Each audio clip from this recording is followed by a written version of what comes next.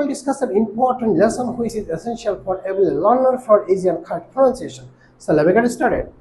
প্রিয় শিক্ষার্থীরা, আজকের ক্লাসে আমি আলোচনা করব সাইলেন্ট লেটার্স ইন প্রনাউন্সিয়েশন, অর্থাৎ উচ্চারণ করার সময় কখন আমরা লেটারগুলো সাইলেন্টে রাখি বা উজ্জ্ব রাখি সে বিষয়ে। তোমরা এখানে লক্ষ্য করো, আমি এখানে লিখছি এমডি ফেল্ক বাগুয়া কেন নীরব, অর্থাৎ এখানে একদম কাল্পনিক নাম আমি সৃষ্টি করেছি। আমি প্রশ্ন রেখেছি কেন তিনি নীরব, অর্থাৎ এখানে যতগুলো লেটার আছে এই লেটারগুলোর সংক্ষিপ্তভাবে মনে রাখার জন্য আমি লিখেছি এমডি ফেল্ক বাগুয়া। এখন কে এটাকে কখন আমরা সাইলেন্ট করবো? যখন ওয়ার্ডের শুরুতে এন থাকে এবং তার পূর্বে কে লেটারটি থাকে তখন আমরা কে সাইলেন্ট করে রাখি। যেমন নাইফ, নলেজ, নি। এম এর পরে অথবা টি এর পূর্বে যখন বি থাকে তখন বিটাকে আমরা উজ্জ্ব রাখি। যেমন খম, ক্লাইম, ডাউট, এখানে বি এর উচ্চারণ হয়নি। ডাব্লিউ, আর এর পূর্বে যখন ডাব্লিউ থাকে তখন আমরা ডাব্লিউ কে সাইলেন্টে রাখি। যেমন রাইট, রং, আনসার, এটসেট্রা। আবার এল যখন এ ও ইউ এর পরে থাকে তখন এল এর উচ্চারণ আমরা সাইলেন্টে রাখি। যেমন ওয়াক, খুট, ইয়ক, এটসেট্রা।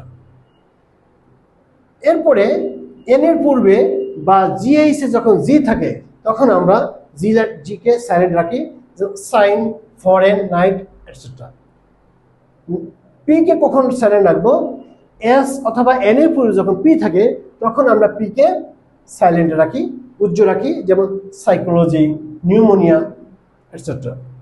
এরপরে ই কখন সাইলেন্ট রাখবো?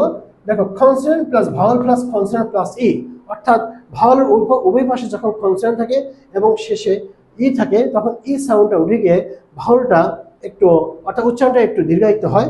যেমন আমরা বলতে পারি নেম, হোপ, জাইভ। আবার ডি কখন সাইলেন্ট রাখবো? যখন এন এর পূর্বে ডি থাকে তখন আমরা ডিটাকে উজ্জ্ব রাখি। যেমন হ্যান্ডকারচিফ, স্যান্ডউইচ। আমরা ডির উচ্চারণ করবো না, আমরা স্মার্টলি উচ্চারণ করার জন্য বলবো হ্যান্ডকারচিফ অথবা স্যান্ডউইচ। আবার ওয়ার্ডের শুরুতে যখন এম এন থাকে, এম এবং এন দুইটা অক্ষর একসাথে থাকে তখন আমরা এম এর উচ্চারণ করি না। যেমন নিউমোনিক, নিউমোসাইন, অর্থাৎ মুখস্থ রাখার এক ধরনের যন্ত্র হলো নিউমোনিক।